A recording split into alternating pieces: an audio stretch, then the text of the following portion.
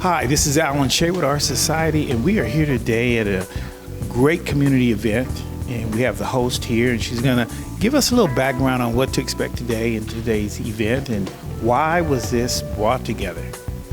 Well, I was contacted by Altadena Town Council member Veronica Jones to conduct a day of dialogue on the future of policing. And the reason why it was important for this community at this time is that there had been recent incidents, and the community had been roiled by these events on the part of law enforcement, and they did not feel heard about what their concerns were, and those concerns didn't seem to be addressed effectively. As a result, Days of Dialogue, our organization, came at her request to conduct this session for members of the Pasadena and Altadena community. So why don't you share with the viewers and kind of look at them and let them know really what do you hope for the outcome and really what was involved to bring this about? Well, we have volunteer facilitators, and our facilitators come from all over the region, including Pasadena and Altadena. And they came to help people to engage in a constructive dialogue using our materials of a discussion guide for the future of policing in our community. We've been using this particular guide since 2015, and our organization has engaged in dialogue since 1995 on various topics. So this particular topic is important right now, and our facilitators are now conducting those sessions at a number of tables inside the room, which I'm sure you'll cover briefly before they conclude. Absolutely. And if we can get another one of our, we were going to try and see if we can get our acting chief in before we let him go.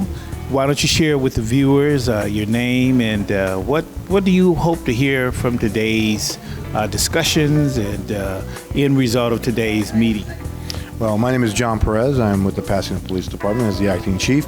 And for me, I'm hoping really we have understanding out of today's dialogue, that we have the ability to get to know each other a little bit better, understand our perspectives, and really have a deeper appreciation for the roles that we all have in this community, because it is our community as one, both in Altadena and in Pasadena. My entire 33-year career, it's always been a connection between the two. There's never been a separation from the two communities, and this is not the time to start. Absolutely. So why don't you share with the viewers really how meaningful will this meeting be for our community, and then moving forward to really carve out a model example for other cities to draw from? Well, I think number one, everybody watches Pasadena and Altadena around the region to see how we are handling the social issues around our communities right now. And this is a perfect example and a model of what most communities can be doing, is trying to find a balance and not really staying in both positions in both corners, and not willing to give up a little bit of our beliefs and understandings to come to the middle and really have a deep appreciation for one another. Right. And last but not least, before I let you go, because you are now the acting chief and the man who brings a lot of experience, because you've been around us a long time here in Pasadena, really what, under your leadership, what can we really expect and really gain from this new chapter in Pasadena's history?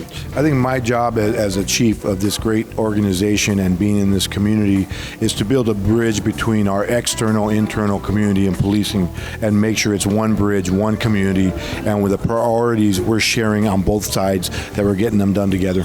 Well, we certainly appreciate you giving us time, and we'll look forward to seeing you inside. Thank you. Thank you. Enjoy. Took the gun out and put in handcuffs. No fighting, no running, no nothing. Versus he tried to run, tried to throw the gun, tried to turn around and fight with the cops. It's all every case, everything is different. And like you said, if it was me, what am I going to do? Am I going to go fist-ons or hands-on? Am I going to transition to my taser? Am I going to transition to my gun? So every situation is different. And I don't think that we plan on what we want to do. We train for what we want to do. And we always say you fight like you're trained. So if you are somebody that always pulls out your baton, either to gain compliance or as a show of force, during the incident. from not only a community commitment perspective, but also from a legal perspective. And I think he can really shed a lot on what this event today means for our community and certainly for our history. So why don't you share with us? Sure. Thanks for the exaggeration. Oh, well, actually, this gentleman here has opened a lot of folks' eyes here in Pasadena when it comes to the legal process. Well, this is an interesting situation. There's a number of tables, and the table dialogue with always one police officer. We're having the particular table I'm on, very frank discussion of the Ballou incident. We have an African-American police officer from the LAPD who, is engaged with us, and so it's a thoughtful dialogue. It's useful to do it. You don't find out until the end of the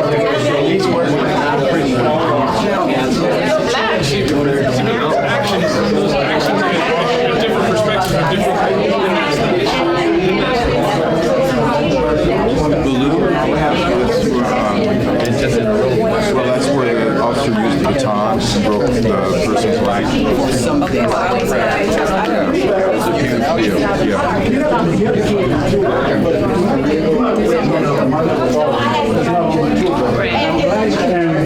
Oh yeah.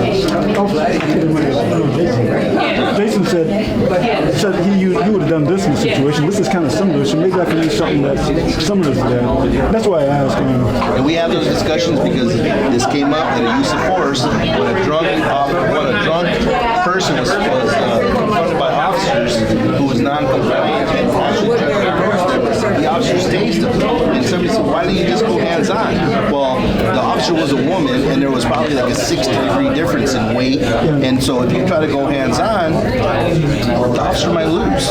So, and these are all options that the officers have to make split second, right now, right here, and then we can talk about it for the next 10 years. Which is unfortunate. So it's something that I think every situation is different, and we have a simulator. Sure. Well, I'm Steve Mermel. I'm the city manager.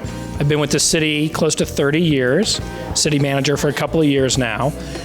This is a very timely event. There's tension in our community. There's tension in our country, frankly, about police community relations, incidents primarily with young men of color. And the only way we're going to bridge the gaps is through dialogue. We're not going to do it by people screaming at each other and yelling at each other. It's not productive. Tonight's event is a fantastic example of really what you can do when people sit down together and just have a quiet conversation, share their views, share their experiences, and this is a start of a dialogue we need to be having more here in Pasadena. Guys ago, named Ray Browning. Oh.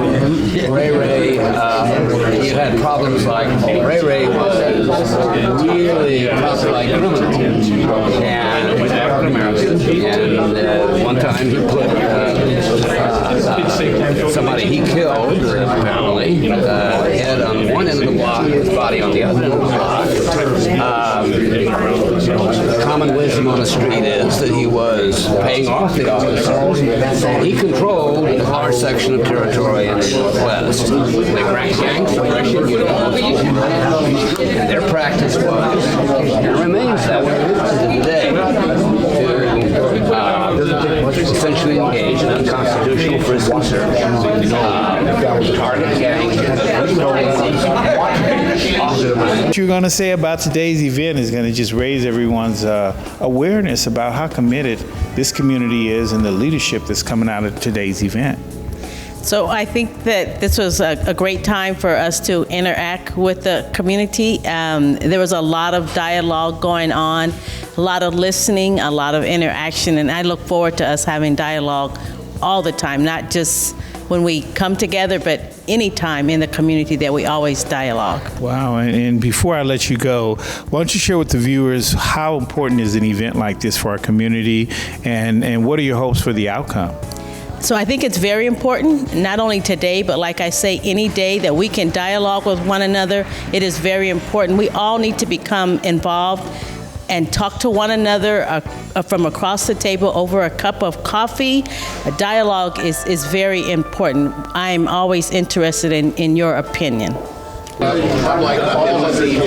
we have in Pasadena, the blue incident is the tip of the iceberg. The iceberg underneath is this gang suppression unit, which has a deliberate policy of unconstitutional policing. That's what's going on. And the mistake, both of the people, all the people involved in the blue incident made a mistake, in my view.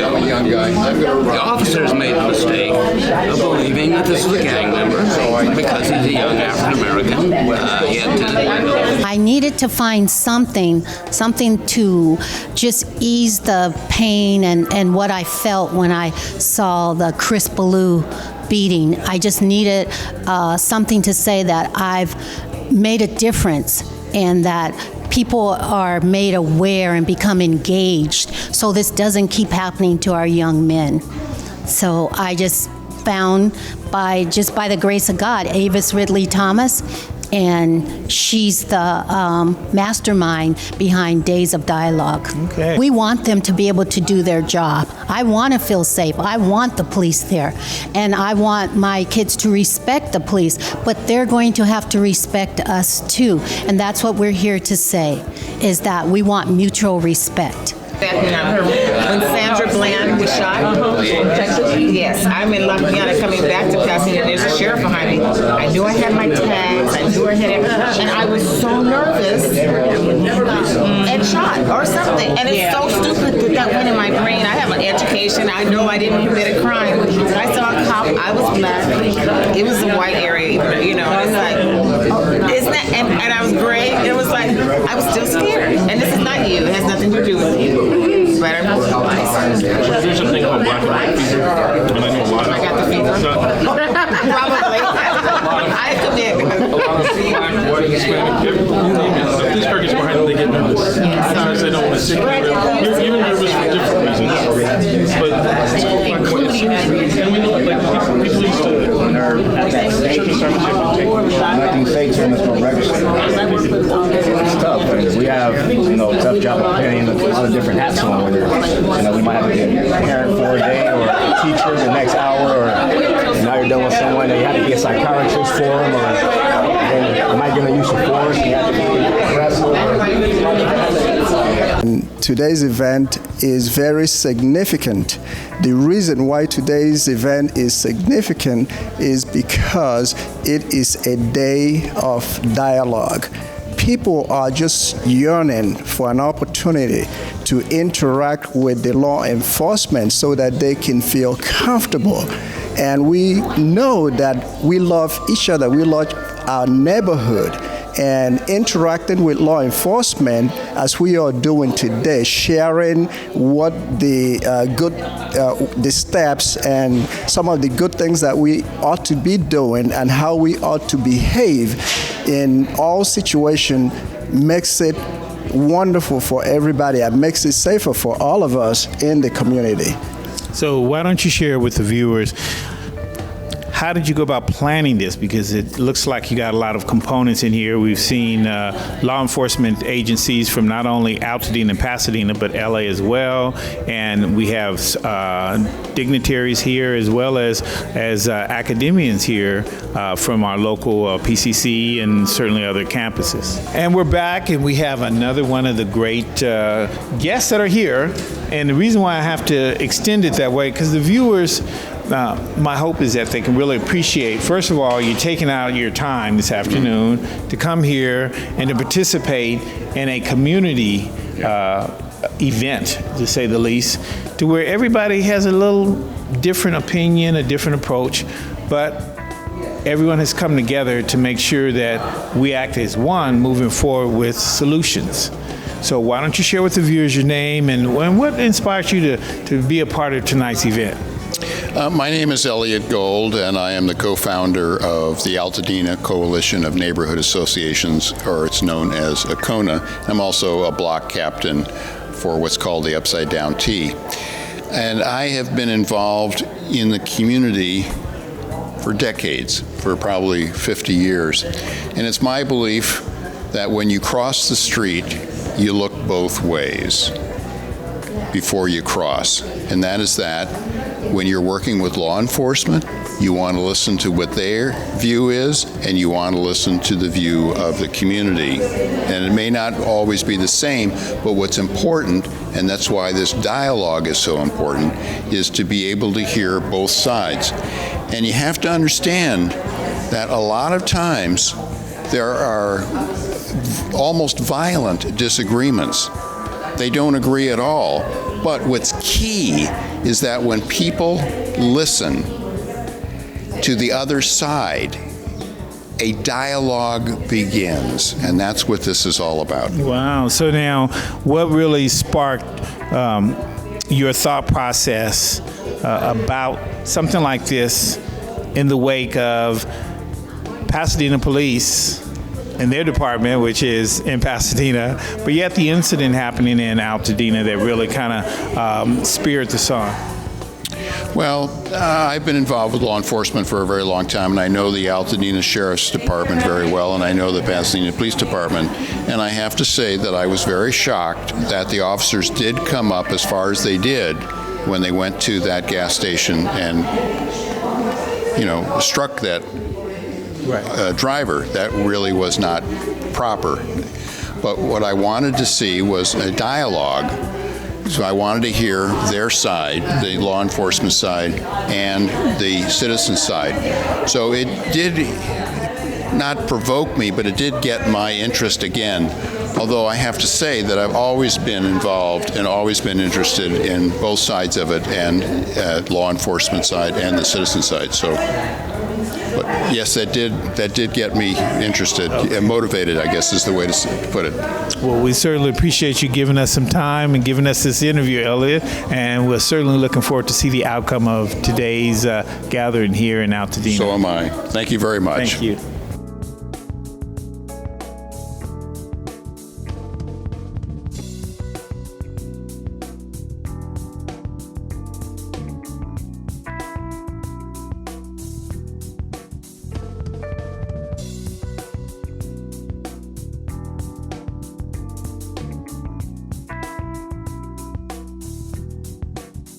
But the main thing is empty on both sides, not only on law enforcement, but on ours. And that was the thing that stuck with me, as you can tell in my voice there. So I thank you. Racism, about the concept of not only racist police officers, but also we discussed the notion, the idea that many times black police officers are attempting to play to the white police officers as well. We talked about that black police officers will play to black police officers. The notion that many times a black police officer will be harder on people of color than many times white people will. But the notion that everyone, particularly every white person, carries implicit racism because of the way we're brought up and in a white society. It requires a huge change on our part to make the world a better place. And we talked about the notion of training. We also talked about holding people responsible. There was a tiny disagreement at the table that last year, somewhere in the neighborhood between 1,000 and 1,400 unarmed black men were killed by police officers. Of those cases, I think somewhere in the neighborhood of 144 were looked into. Only 4 were brought to trial. And the concept of moral hazard, the idea, if you don't prosecute someone and put them into jail, they're going to continue the same behavior on. The disagreement was the notion that the likelihood the police officers can be prosecuted, the DAs will actually take them to court, is very unlikely. So the discipline needs to come from within the department. Am I forgetting anything? Thank you very much. And I'll be here all week. Don't forget to tip your waitress. Thank you. Thank you. Anyone else? Please. Oh. Here, let me hold it. Oh, I'll hold. Okay, great. I don't want to hold the mic. I'm from Table 6. I was voluntold to be the one who to speak here, and I actually think that we definitely had the best table. We had Captain Stuckey from the Sheriff's Department with us, and we had a really great dialogue. We covered a lot of topics that have already been touched upon a little earlier, and I would say probably one of the most salient things, though, was that we all agreed that while it's wonderful to have a dialogue and to have something like this happening, but that having a one-off dialogue isn't enough, that there has to be an ongoing dialogue with all members of the community, and to have this type of engagement where we can sit down on a person-to-person, on a more human level to talk. That was probably the biggest thing, in addition to a lot of the other points that have already been brought up. All right. Thank you very much. Thank you.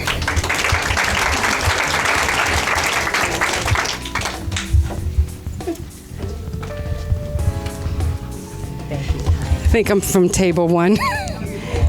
Table 7. Oh, the table. Thank you. Oh, Table 7. Thank you. My name is Reverend Jones. I'm from First AME Church, and I'm actually a volunteer for the Altadena Sheriff's Department, and I was trained by them. And at our table, what we learned, we had the new captain from the California Highway Patrol, and we learned a lot, that the Highway Patrol have a whole different respect and the attitude and how people view the Highway Patrol is very different from how people view the Sheriff's Department and the Police Department.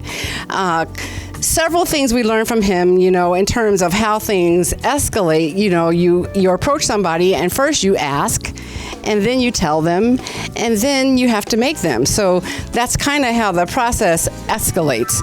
But in terms of what we can do in terms of the dialogue, our judicial system, we need to make sure that we're electing representatives who share our values, our beliefs, who listen to us. And one of the things that we talked about that's really important is voting.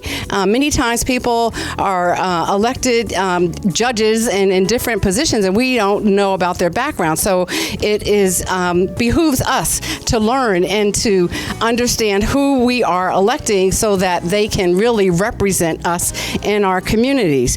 And the other thing is building healthy relationships. And part of the way that we do that is we look at each other not as objects, but as people. And part of the racial profiling and other things that happen is because we're not doing that. We're not listening, and we're not showing respect. Thank you. Thank you very much.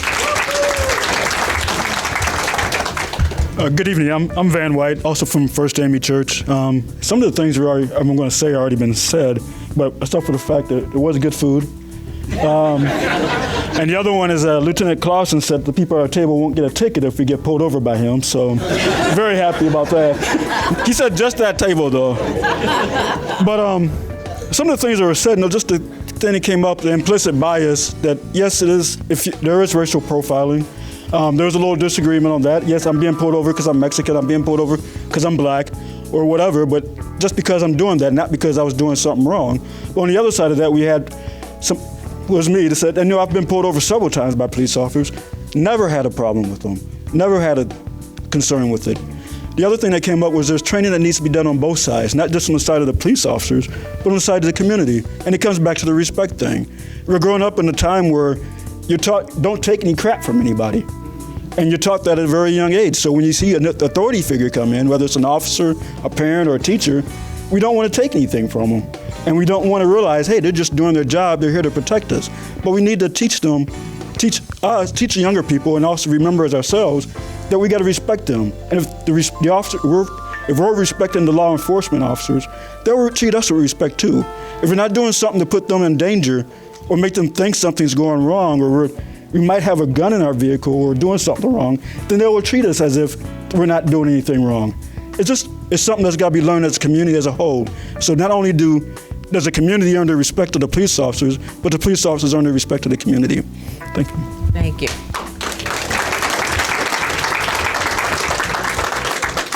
Well, seeing no one else come forward right now, just a quick encouragement that you all consider what they were doing with the Western Justice Center years ago in the local communities, in having regular sessions with law enforcement who served that particular community on a long-term basis. And that helped not just establish the initial relationship, but really addressing ongoing problems before those problems escalated.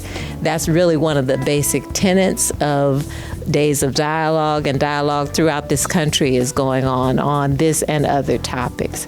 So I really want to thank you all for coming out. I want you to know I'm an advocate for this community to have an ongoing presence here with people locally. Some of these wonderful facilitators live in this community, and they want to be a part of what goes on in the future. And so I'm hopeful that funding can be found to support the local efforts for dialogue. We're in Los Angeles, and we are prepared to provide support, but only as we are able to, because, you know, that's quite a drive down that Pasadena freeway, especially in the evening, you know.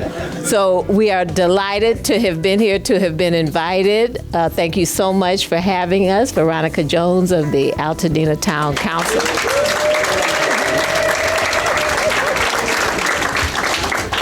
And we're very hopeful that what can be put in place is something that you all can be proud of as a community, and we're just delighted to have been the bridge to that process. So I want to thank you on behalf of Days of Dialogue for inviting us here, and we're hoping that your dialogue continues in this community, and we want to say good night to you now.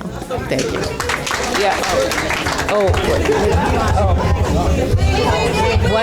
One moment, please. Okay, I just want to say this is really, really, I guess, I don't want to get emotional, but this really, really means a lot to me. It means a lot. You just don't know how much it means that you come out and spend your evening here with me, and that I get the city to back me on this. I mean, it's big for me. Thank you. Thank you all. All right.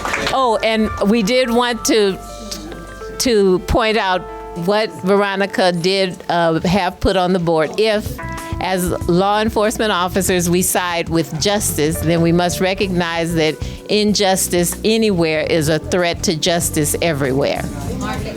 Martin Luther King. All right. And good night.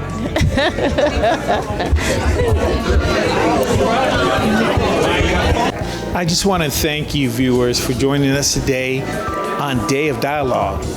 This is such an important task, not only for the organizers for today, but really our community. It gives us a chance to really engage our law enforcement agency and also engage our community. So hopefully you, viewers, really enjoyed today's show. And if you have any questions, feel free to contact our city council members, the mayor, the city manager, and certainly reach out to Our Society Show. Thank you.